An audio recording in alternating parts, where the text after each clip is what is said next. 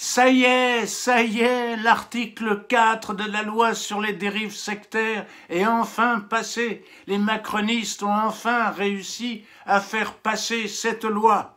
Voilà, eh bien nous allons en parler dans ce nouvel épisode de la Revue de Stress. Je vous dis bonjour les amis, et si vous voulez être tenus au courant des prochains épisodes de cette Revue du Stress, je vous invite à vous abonner et à cliquer sur la petite cloche.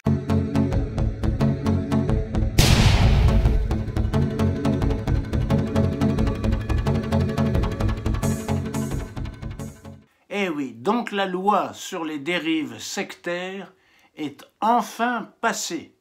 Pourtant, elle a subi rude épreuve. Elle a été rejetée par le Sénat et puis l'Assemblée générale le mardi matin l'Assemblée nationale vendredi matin a voté contre, voilà.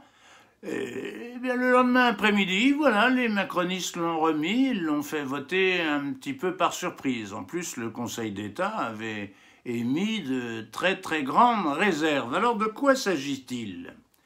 Eh bien, cette loi sur les dérives sectaires, dans cet article 4, est censée, en quelque sorte, protéger les gens qui seraient victimes de gourous charlatans, qui, par exemple, voudraient les empêcher de soigner leur cancer par une radiothérapie, par exemple, et renoncer à cette radiothérapie et à la place manger du jus de raisin. Voilà.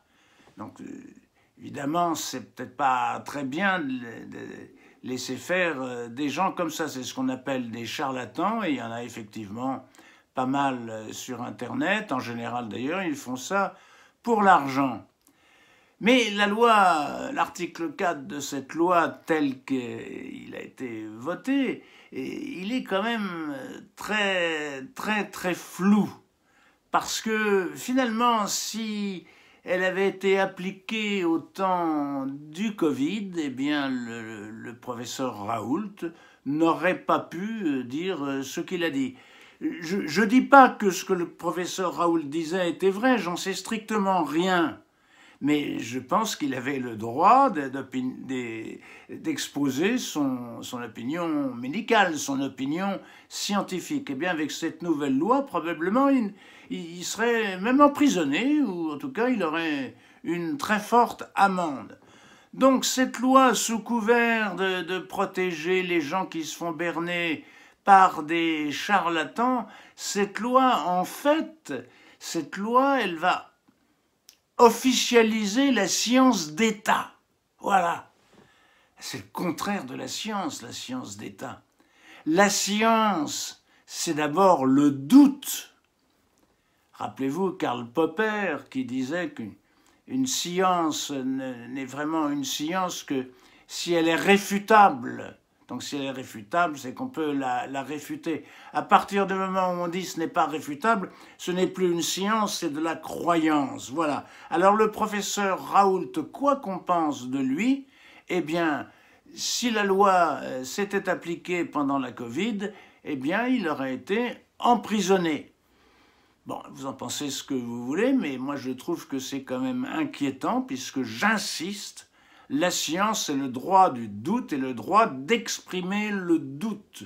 Voilà, toutes les opinions sont respectables. Et si nous sommes persuadés que nous avons raison, peut-être que nous avons tort. En tout cas, si nous avons raison, il faut laisser parler ceux dont nous pensons qu'ils ont tort, parce que c'est un moyen justement peut-être de les faire changer d'avis, ou en tout cas de renforcer notre opinion, ou au contraire, de nous apercevoir eh bien, qu'on s'est trompé.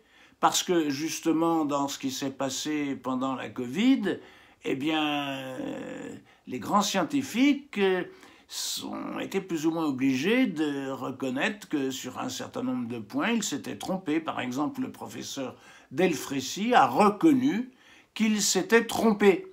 Voilà. Alors, donc, cette loi, finalement, on peut dire qu'elle empêche la liberté d'expression, la liberté d'opinion, et elle empêche la liberté du débat scientifique, en tout cas du débat scientifique médical. ceci, c'est tout à fait une atteinte à la liberté d'expression. Et malheureusement, tout ce qui se passe en ce moment va dans le même sens. Rappelez-vous le Digital Service Act, donc qui acte en quelque sorte la censure sur les réseaux sociaux. D'ici le 24 février, je crois que ça va devenir assez dur. Et puis on a vu là hier, il y a des chaînes Telegram, pro-russes, oui, sans doute d'ailleurs, pro-russes et sans doute peut-être des trolls russes, mais enfin elles ont comme ça été brutalement arrêtées. Là, c'est pas le domaine médical, c'est le domaine des opinions, mais il me semble que dans un pays libre, toutes les opinions doivent pouvoir s'exprimer, y compris quand ce sont des opinions avec lesquelles nous ne sommes pas d'accord. C'est ça la liberté d'expression, c'est ça le vrai libéralisme. Eh bien, je crois que là, nous sommes entrés dans une phase de notre époque où ce vrai libéralisme, si tant est qu'il ait existé, ce vrai libéralisme est en train de disparaître et finalement, nous entrons dans un totalitarisme soft. Voilà, il n'y a pas besoin de camp de concentration, mais quand même, on arrive à bloquer la parole de ceux qui ne sont pas d'accord avec la doxa, avec la bien-pensance. Bonjour les amis, à bientôt. Merci d'avoir suivi cette vidéo. Si vous l'avez aimée, merci de cliquer sur le petit pouce en l'air afin de nous aider pour le référencement. N'hésitez pas à mettre un commentaire pour réagir. Cela nous aide. Si vous voulez être tenu au courant des prochaines revues du stress, abonnez-vous et cliquez sur la cloche. C'est gratuit. À bientôt, portez-vous bien.